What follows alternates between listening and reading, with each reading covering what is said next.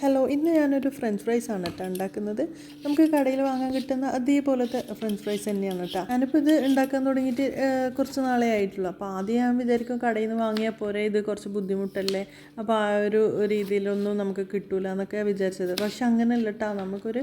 ഒരു 3-4 പൊട്ടാറ്റോ ഉണ്ടെങ്കിൽ തന്നെ നല്ല ക്വാണ്ടിറ്റിയിലും കിട്ടുന്നുണ്ട്. അതുപോലെ തന്നെ അതേ രീതിയിൽ തന്നെ ഒരു വ്യത്യാസമില്ല. അപ്പോൾ ഈ ഒരു കാര്യങ്ങളൊക്കെ ശ്രദ്ധിച്ചാൽ മാത്രം മതി. അപ്പോൾ ആദ്യം തൊലിയൊന്ന് കളഞ്ഞെടുക്കുക, നന്നായി കഴുകുക, പിന്നെ നല്ലോണം വെള്ളമൊക്കെ നന്നായിട്ട് തുടച്ച് കളയാം. പിന്നെ നല്ല തിളച്ച എണ്ണയിലിട്ട് ഒന്ന് ഫ്രൈ ചെയ്തെടുക്കാം. അപ്പോൾ ഡീപ്പ് ഫ്രൈ ചെയ്യേണ്ട, ഈ ഒരു ചെറിയൊരു കളർ ചേഞ്ച് ആവില്ല, അപ്പം തന്നെ എണ്ണയിൽ നിന്ന് കോരിയെടുക്കുക.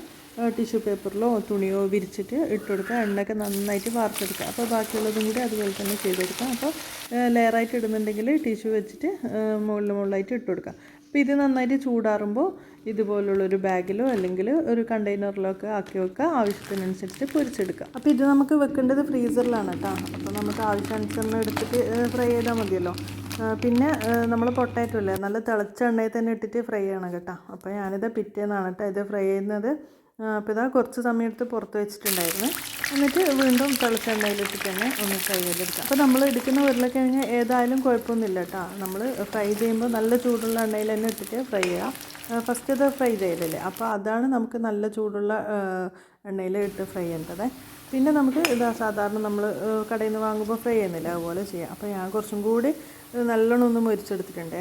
അപ്പോൾ എൻ്റെ മക്കൾക്ക് ഇതുപോലെയാണ് ഇഷ്ടം, അതുകൊണ്ട് ഞാൻ അങ്ങനെ ചെയ്തിട്ടുണ്ട്. ഞാനിപ്പോൾ ഇതാ പ്ലേറ്റിലോട്ട് മാറ്റിയപ്പോൾ സൗണ്ട് കേൾക്കുന്നില്ല. അപ്പോൾ നല്ല ക്രിസ്പി ആയിട്ടുള്ള ഫ്രഞ്ച് ഫ്രൈസ് തന്നെയാണ് കേട്ടോ. പിന്നെ ഞാനിത് ഫ്രൈ ചെയ്യുന്ന സമയത്ത് ഉപ്പൊന്നും ചേർത്തിട്ടില്ല കേട്ടോ. നമ്മൾ കഴിക്കുന്ന സമയത്ത് ഒന്ന് സ്പ്രിങ്കിൾ ചെയ്ത് കൊടുത്താൽ മതി, ഉപ്പും കുരുമുളകൊക്കെ.